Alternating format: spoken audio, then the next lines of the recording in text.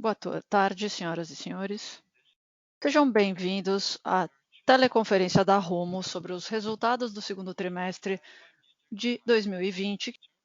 Agora, gostaríamos de passar a palavra ao senhor Ricardo Lewin. Por favor, senhor Lewin, pode prosseguir. Boa tarde a todos e obrigado pela presença no nosso call de resultados do segundo trimestre de 2020. Gostaria de iniciar a apresentação comentando sobre os aspectos de ESG. Divulgamos o nosso relatório de sustentabilidade de 2019 no final do mês de julho.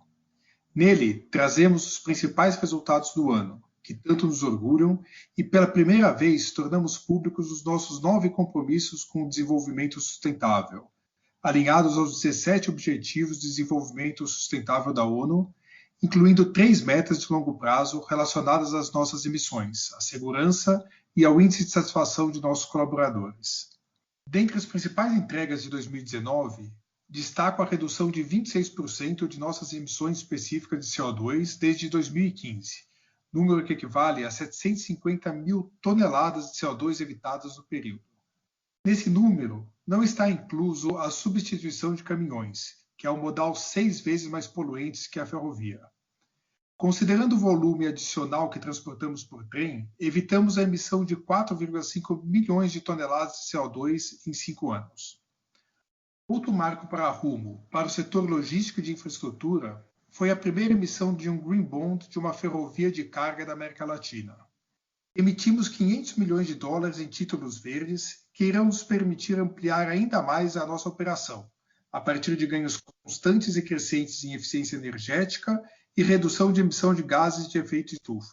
É um orgulho ser o protagonista do setor na transição para uma economia de baixo carbono. Do lado de segurança, continuamos a entregar níveis excelentes da nossa taxa de frequência de acidentes, com um índice que não faz benchmark dentro e fora do país, sendo indicador que compõe a remuneração variável de todos os funcionários da Rumo. Com relação ao aspecto de governança, seguimos desenvolvendo os mais altos padrões de governança e temos o compromisso de promover a diversidade no nosso Conselho de Administração. Ainda no tocante à diversidade, outra novidade foi a criação da Diretoria de Gente e Cultura, com foco de promover ainda mais a fusão de diferentes gêneros, culturas e formações dentro da nossa companhia. O relatório está disponível em nosso site de RI na seção de sustentabilidade. Agradecemos nossos stakeholders pela confiança e nos comprometemos à contínua transparência de nossas ações e valores estratégicos. No próximo slide, quero comentar sobre o cenário da Covid e os principais impactos nesse trimestre. Com relação aos impactos da Covid-19, trazemos nesse slide o status de nossas ações para evitar o contágio e proteger a saúde dos nossos colaboradores, garantindo a continuidade dos nossos serviços, que são essenciais para movimentar o Brasil de norte a sul. Nesse sentido, além de todos os protocolos já seguidos desde o início da pandemia, estamos fazendo a testagem em massa de nossos colaboradores e continuamos monitorando de perto a saúde deles, com grande atenção ao distanciamento, fornecimento de EPIs e limpeza dos locais. Seguimos com as doações para mais de 46 instituições, em 28 municípios, abrangidos por 7 estados, garantindo o apoio ao atendimento de necessidades básicas das comunidades.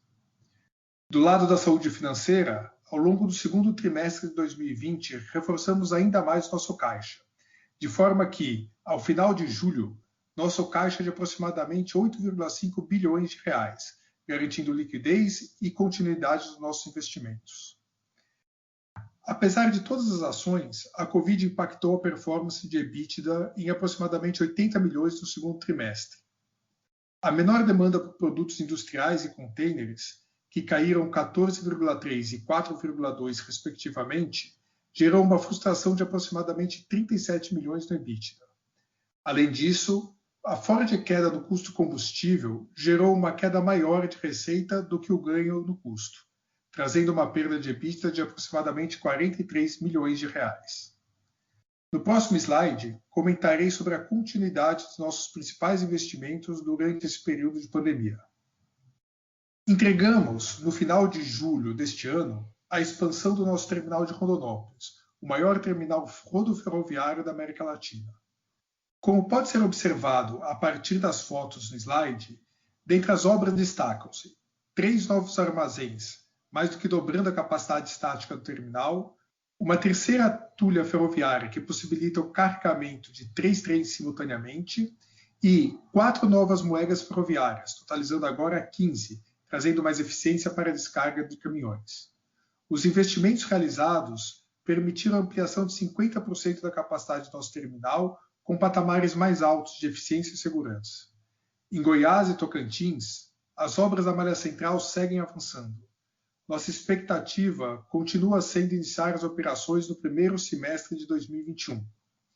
As fotos no slide ilustram o andamento na construção da Ponte Rio Grande, na divisa entre São Paulo e Minas Gerais, e obras de infraestrutura em 2 locais diversos, um na ligação entre a malha central e a malha paulista e outro no trecho e início de obras em Goiás. Vamos agora passar para os resultados do segundo trimestre de 2020. Começo ressaltando que, para garantir a comparabilidade, apresentamos o resultado consolidado ajustado, expurgando os efeitos da renovação da malha paulista, cujo contrato foi assinado em 27 de maio, e os custos e despesas da malha central, já que a assinatura do contrato ocorreu em 31 de julho de 2019 e, portanto, o resultado desse segundo trimestre de 20 não é comparável ao segundo trimestre de 19. Ainda nesse trimestre, também tivemos provisão para impairment da malha oeste, cujo impacto é demonstrado nesse slide e detalhado na página 3 do nosso release de resultados. Ressalvo que todas as seções do release apresentam os números com a consolidação da malha central e os efeitos do processo da malha paulista, e também do impairment da malha oeste, salvo se indicado de outra forma. No próximo slide, eu vou comentar sobre o resultado operacional. No segundo trimestre de 20, nossos volumes transportados cresceram 14%, atingindo 16,4 bilhões de TKU. O câmbio favorável e um cenário de mercado mais favorável à exportação impulsionaram os volumes de grãos e o de açúcar. Nosso transporte de fertilizantes também cresceu 23%, em linha com o planejamento. Os segmentos de industrial e de contêineres, conforme já falamos, apresenta queda em função do impacto da Covid-19 na demanda. No próximo slide, vamos abordar a performance financeira. O EBITDA ajustado da Rumo cresceu 6,3% contra o ano anterior, atingindo 980 milhões de reais, com margem de 53,7%. Conforme mencionamos, os impactos da Covid-19 sobre a demanda de industrial e de contêineres, somado ao impacto da queda do preço do combustível, trouxeram uma perda de aproximadamente 80 milhões, o que teria feito o EBITDA crescer quase 15% contra o segundo trimestre de 2019. Além disso, a performance de tarifa foi impactada pelo fechamento de contratos de take-or-pay e no aumento de menores preços de frete rodoviário. Os custos fixos e despesas gerais administrativas, desconsiderando a malha central, cresceram apenas 1%, demonstrando mais uma vez a diluição de custos ante um volume que cresceu 14%. Os custos variáveis apresentaram boa performance, com crescimento inferior ao do volume, demonstrando ganhos de eficiência. O custo com combustível caiu 20,7%, refletindo o menor preço do diesel e a redução do consumo unitário de combustível em 7,6%. Com isso, a margem EBITDA cresceu 0,3 pontos percentuais, alcançando 53,7%. Vamos agora passar para o resultado financeiro e lucro líquido. O resultado desse trimestre foi uma despesa financeira líquida de 201 milhões de reais, 22,4% abaixo do segundo trimestre de 2019. Impactaram esse resultado o aumento do custo da dívida bruta de 20 milhões, que foi resultado do menor ganho de marcação a mercado, parcialmente compensado pela redução de 46 milhões na despesa com dívida bancária, por conta da queda do CDI, ainda que tenha havido um aumento no endividamento bruto. O custo com outorgas e arrendamentos operacionais apresentou um aumento devido à inclusão dos juros sobre a parcela de concessão da malha central, além do efeito referente à renovação da concessão da malha paulista. Por fim, as demais despesas financeiras, que incluem o efeito de 131 milhões de reais do encontro de contas do processo de renovação da malha paulista. O lucro líquido líquido alcançou 405 milhões de reais, mais do que o dobro do segundo trimestre de 2019, refletindo o crescimento do EBITDA e as baixas de passivos relacionadas à renovação da Malha Paulista. No próximo slide, vamos ver nosso endividamento. Terminamos o trimestre em linha com nosso plano para aumento de liquidez, com caixa de aproximadamente 5,9 bilhões de reais. O endividamento caiu para 2 vezes dívida líquida abrangente EBITDA no segundo trimestre de 2020. No próximo slide, vamos falar sobre o mercado. Com relação ao mercado de milho, segundo as projeções da Agroconsult, o Brasil deverá exportar 34,6 milhões de toneladas do grão em 2020, com redução relevante de 4,7 milhões de toneladas em relação a 2019, o que já ocorreu no primeiro semestre, indicando que a exportação no segundo semestre deve ficar estável. Para o Mato Grosso, as projeções da Agroconsult pronunciam exportações para o ano iguais a 2019. Finalmente, de acordo com os dados publicados pelo IMEA, 87% da safra de milho do Mato Grosso já foi comercializada. Terminamos aqui nossa apresentação desse trimestre. Passemos agora para a sessão de Q&A, lembrando que, conforme fato relevante divulgado ontem, por conta da oferta anunciada, estamos restritos para falar de projeções. No entanto, fico à disposição para responder aos eventuais questionamentos sobre o resultado. Obrigado.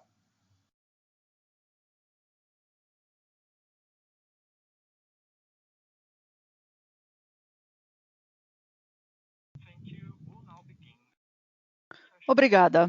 Iniciaremos agora a sessão de perguntas e respostas. Vale lembrar que essa sessão será realizada em inglês, com tradução simultânea para o português. Caso haja alguma pergunta, por favor, digitem *1. Pedimos que, no caso de haver mais de uma pergunta, anunciem no início e formulem uma por vez, para garantir melhor fluidez nessa sessão. Ou, se preferirem enviar a pergunta para a internet, clique no botão Ask the Speaker. Se sua pergunta for respondida, você pode sair da fila digitando *2. As perguntas serão atendidas na ordem em que forem recebidas. Solicitamos a gentileza de tirarem o fone do gancho ao efetuarem a pergunta. Dessa forma, uma ótima qualidade de som será oferecida. Por favor, aguardem enquanto coletamos as perguntas.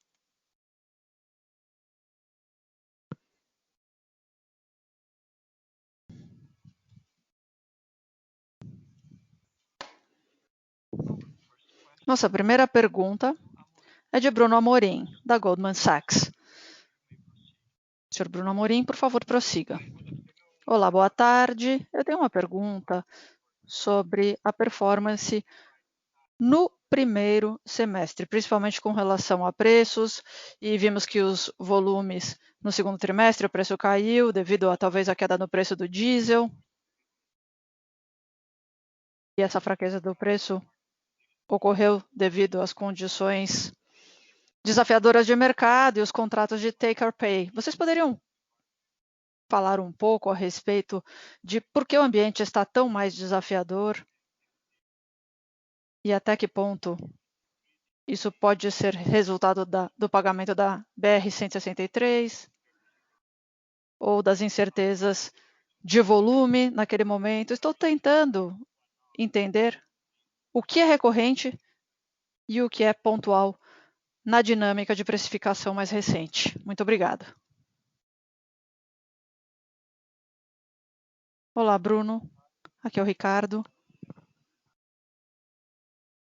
Muito obrigada por participar do call. Acho que a pergunta inclui assuntos diferentes, então gostaria de falar um pouco sobre os preços. No segundo trimestre desse ano, o preço do diesel caiu em 25% em comparação com o segundo trimestre de 2019. Isso foi um impacto de 6% nas tarifas. Além disso,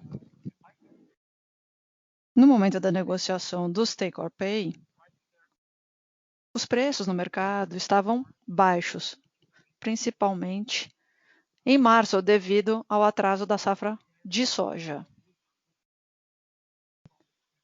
Então, nós tivemos um carregamento dos níveis baixos de preço do TRI anterior. Isso afeta os nossos preços. Então, 6% dessa queda se referem ao combustível. Agora, existe uma outra questão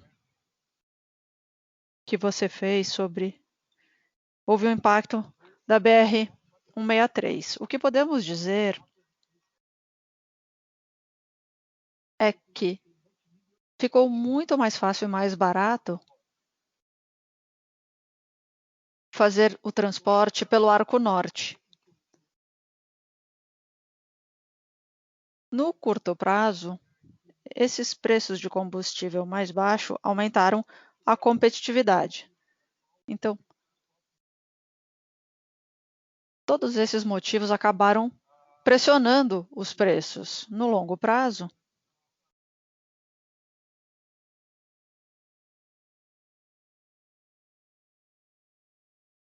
soubemos o que ocorreu com a BR-163 e isso é com base em informações públicas a que todos têm acesso. Deveria haver custos adicionais de pedegiadas, mas a próxima pergunta é do Stephen Trent, do Citi. Steve, por favor, pode prosseguir. Muito obrigada. Agradeço responderem minha pergunta. Estava curioso com relação à malha central. Eu me lembro que há algum tempo vocês tiveram conversas com empresas estrangeiras a respeito de um co-investimento potencial na Malha Sul. E hoje eu li uma notícia a respeito de fundos da Arábia Saudita que estão dando uma olhada nesse setor. Então, eu gostaria de ouvir seus comentários com relação ao que vocês estão pensando em termos de estratégia para a Malha Sul, por favor.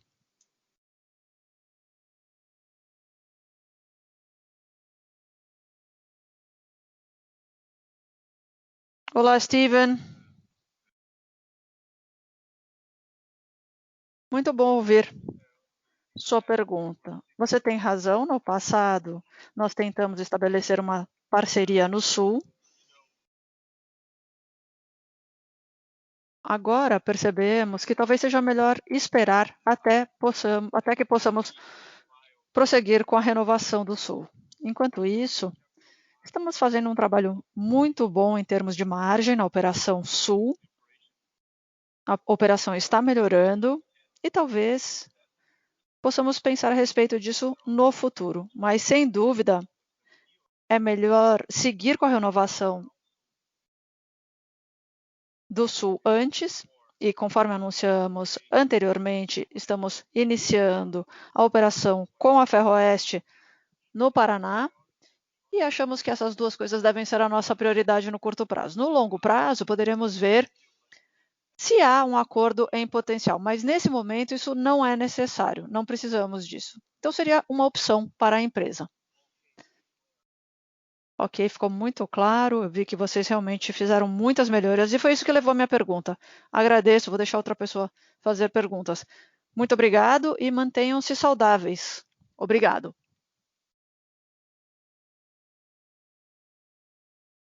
A próxima pergunta é do Alex Falcão, do HSBC. Prossiga, Alex, por favor. Muito obrigado.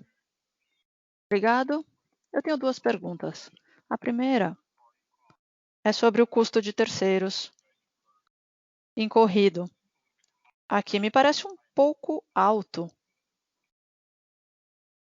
Vocês poderiam falar sobre o quão recorrente eles são? Vocês começaram alguma coisa lá em Lucas? Ou houve alguma coisa que ocorreu nesse TRI que aumentou isso? E a segunda pergunta é a respeito da participação de mercado em Santos e o que podemos esperar no segundo semestre em termos de milho. O impacto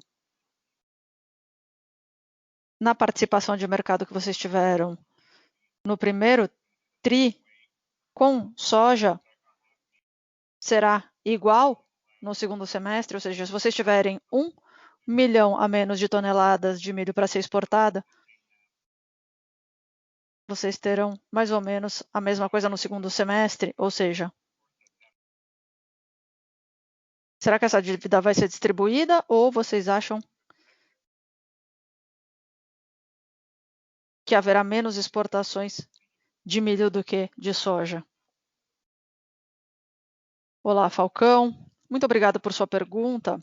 Deixa-me começar com a sua segunda pergunta. Infelizmente, eu não ouvi muito bem a primeira pergunta. Se você puder repetir mais tarde, seria bom. Com relação à participação de mercado, apesar de os volumes em Santos não terem crescido tanto, principalmente quando levamos em consideração as cargas que vieram do Mato Grosso, nós tivemos resultados muito bons, um aumento de volume de 17%, quando, em média, o Mato Grosso, no segundo semestre, cresceu apenas 13%. Então, se pensarmos no Mato Grosso, a Rumo aumentou a sua participação de mercado no segundo trimestre de 2020. Com relação ao porto, especificamente, que também oferece serviços para cargas que vêm de outros estados, os nossos volumes tiveram um aumento de 17%, mas esses outros mercados estavam enviando mais caminhões para Santos e, portanto, acabamos perdendo participação de mercado. Mas precisamos lembrar que conseguimos crescer em 17% com soja em Santos. No segundo semestre, estamos um pouco limitados, não podemos divulgar o guidance, mas a capacidade é mais ou menos a mesma.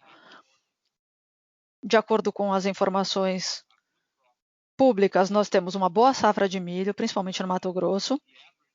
A média no Brasil, você tem razão, as exportações devem ser mais baixas do que no ano passado, mas com relação ao Mato Grosso, a Agroconsult, por exemplo, prevê quase a mesma quantidade de exportação de milho. Então, me parece que o mercado ficará ok no segundo semestre, mas não podemos ir além disso. A nossa capacidade existe, já demonstramos isso através dos números de soja, mas vamos ver o que acontece com a evolução das exportações de milho. Ok, muito obrigado. A primeira pergunta era sobre os custos de frete de terceiros, que dobraram na comparação com o ano passado. Ah, ok.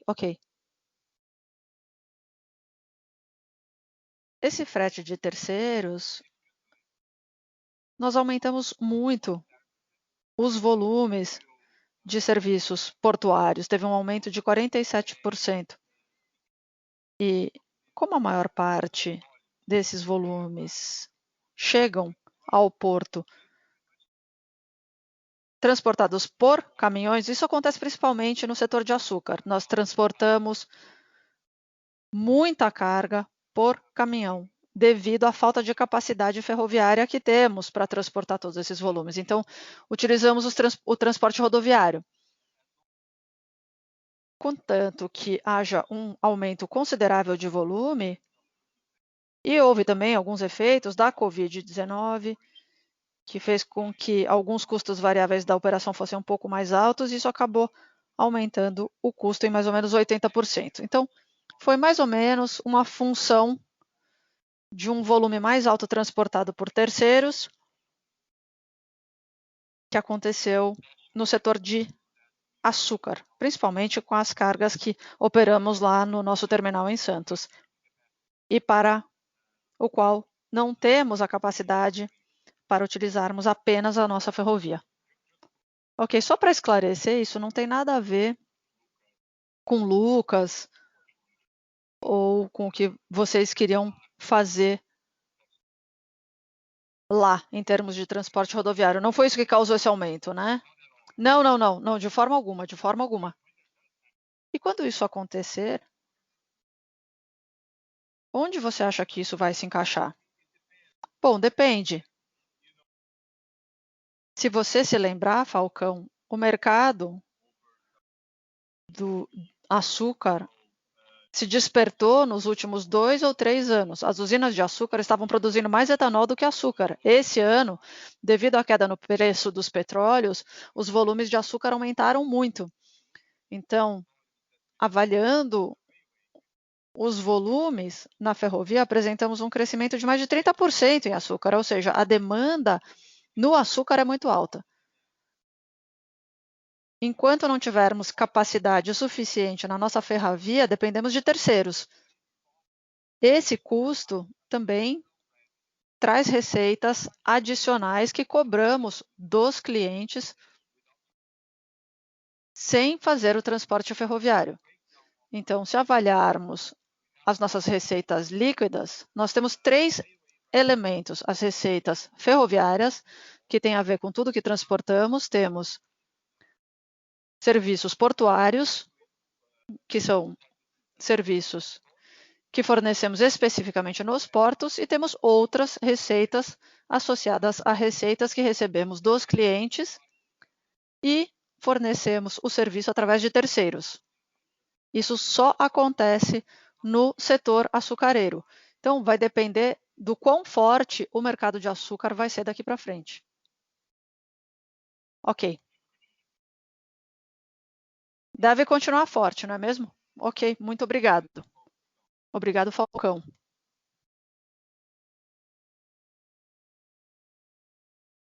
Lembramos que, caso deseje fazer uma pergunta, basta pressionar *1.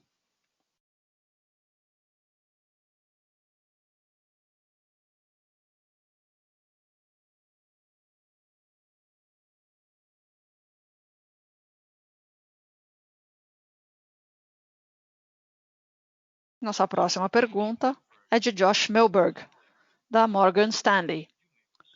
O senhor pode proceder. Olá, boa tarde a todos. Boa tarde, Gustavo. 2 perguntas rápidas, por favor.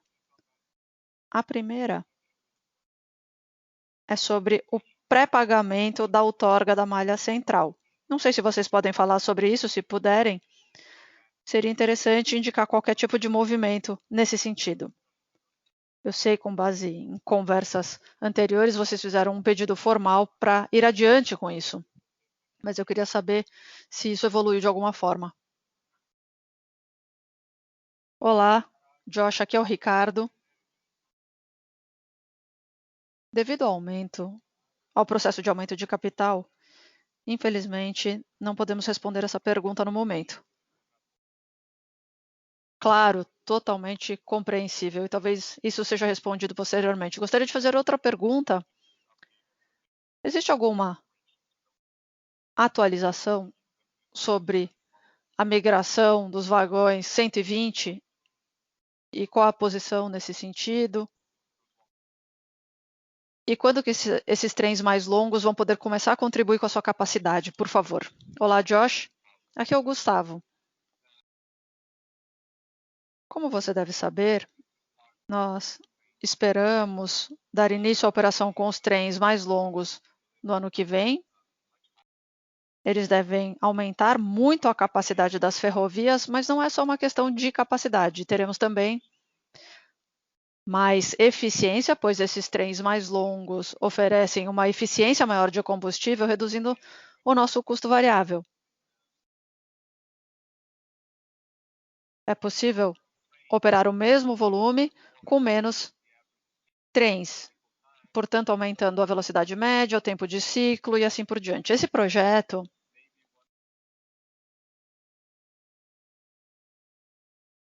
é um dos principais marcos da nossa busca por eficiência, porque ele traz tanto capacidade quanto uma maior eficiência. Nós não temos pressa, não precisamos já fazer todo o volume de uma primeira vez. Se tivermos mais eficiência, já será bom, ou seja, será uma função de qual será a disposição dos clientes de melhorar os volumes. Se tivermos mais volumes a serem atendidos, poderemos fazer isso mais rapidamente. Caso contrário, o processo será mais lento ao longo do ano, e aí poderemos aproveitar também de uma eficiência maior. Ok, ajudou muito. Mas existe algum cenário para esse ramp-up onde haverá uma capacidade muito mais alta do que o volume esperado hoje? Você poderia falar um pouquinho a respeito de qual seria um caso de alta e qual tipo de capacidade que vocês poderão ter disponível no ano que vem?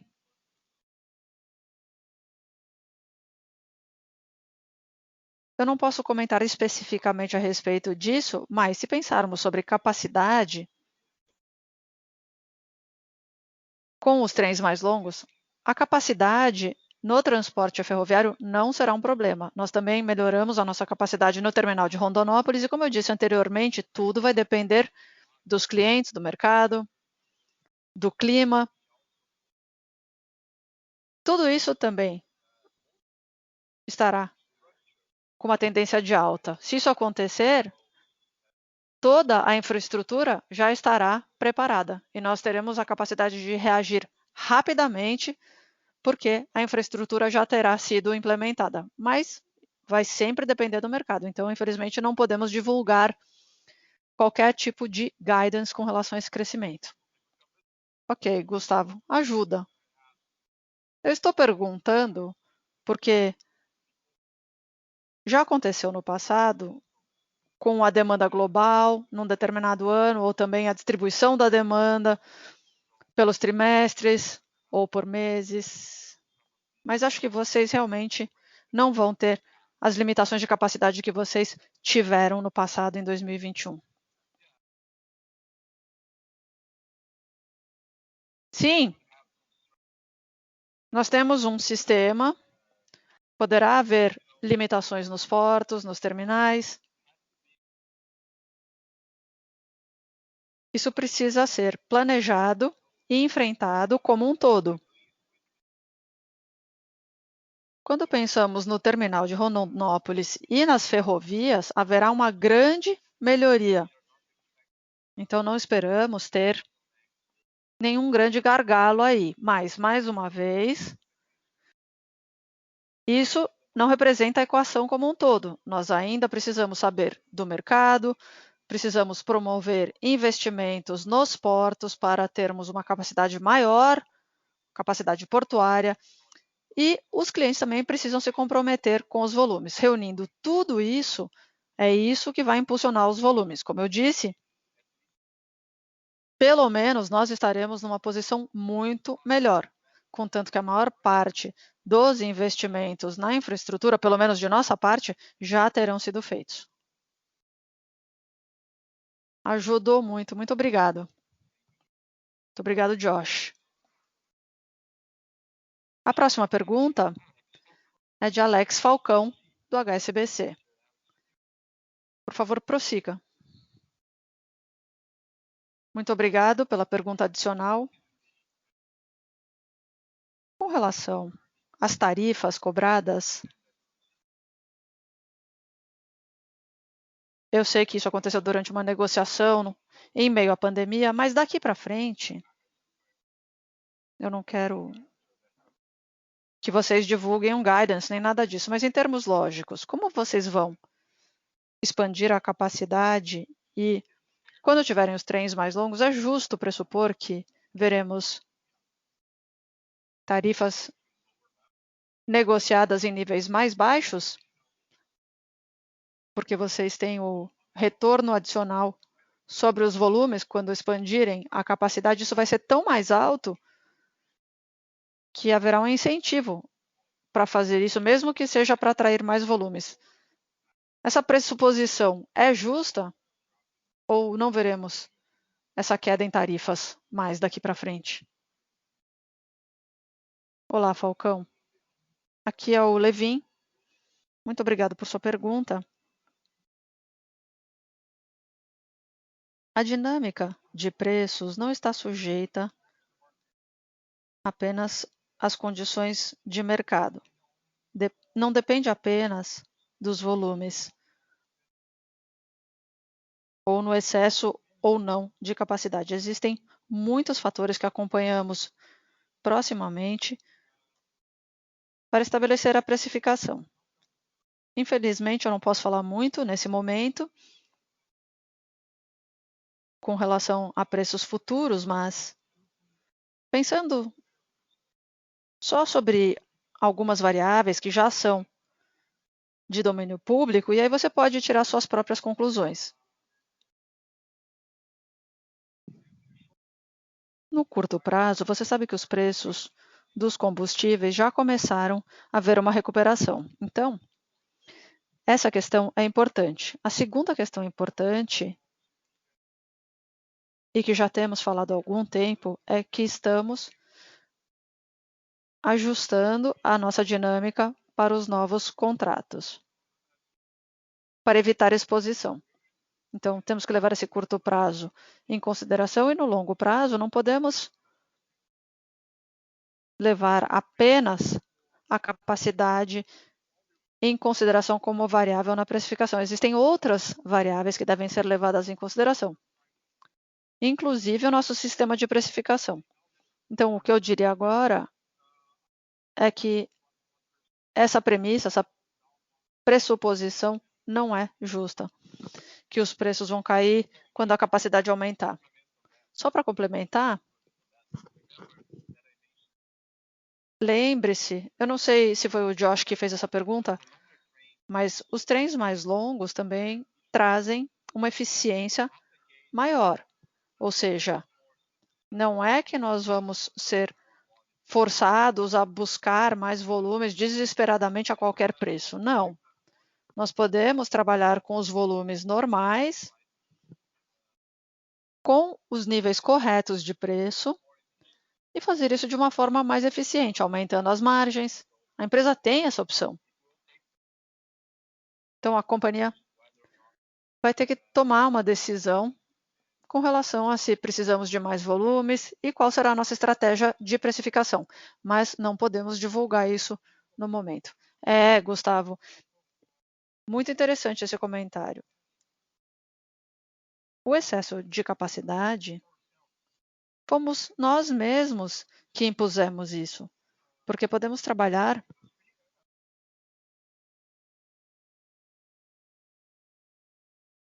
Você pode exigir condições extremas do sistema ou você pode trabalhar em melhores condições. Então, a capacidade vai depender de como nós vamos trabalhar.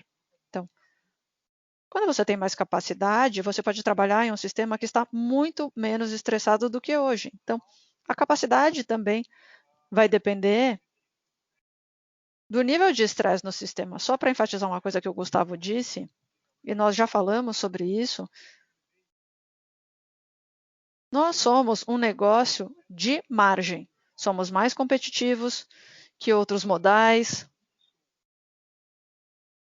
E como o Gustavo disse, trabalhamos para reduzir os custos variáveis, sermos mais eficientes.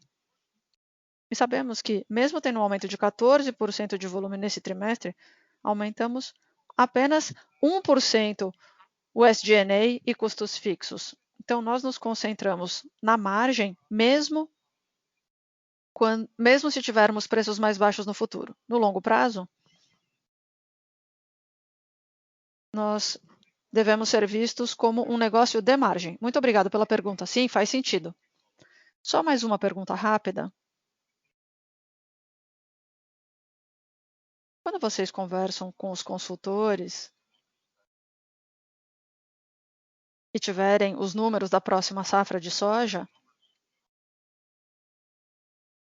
os números vão de 5 a 10% de aumento em termos de volumes aqui no Brasil e em Mato Grosso, níveis ainda mais altos até, levando em consideração a produtividade. Você acha que o sistema, não só o sistema ferroviário, mas também o portuário, você acha que esses sistemas estão prontos para um aumento de 5 a 10% de volume no ano que vem?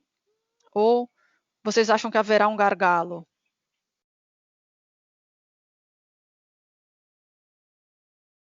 Falcão, deixa eu falar um pouquinho a respeito do nosso sistema, o sistema da Rumo.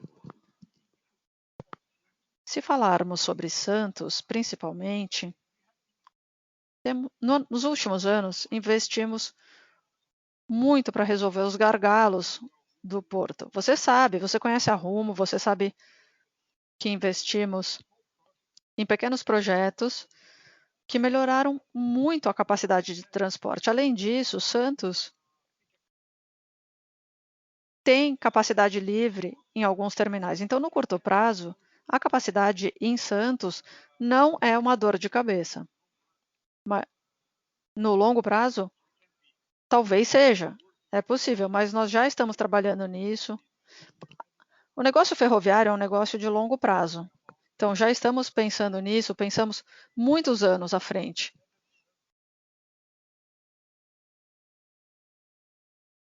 Isso não parece ser um problema na próxima safra. Ok, muito obrigado.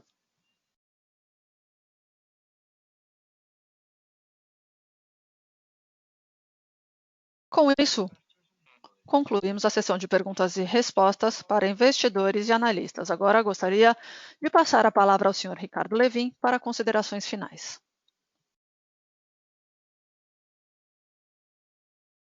Senhor Ricardo Lewin, o senhor pode prosseguir. Desculpem, estava mutado. Como sempre, gostaria de agradecer a todos por sua participação, por suas perguntas e pelo seu apoio à companhia. Muito obrigado e tenham uma excelente semana.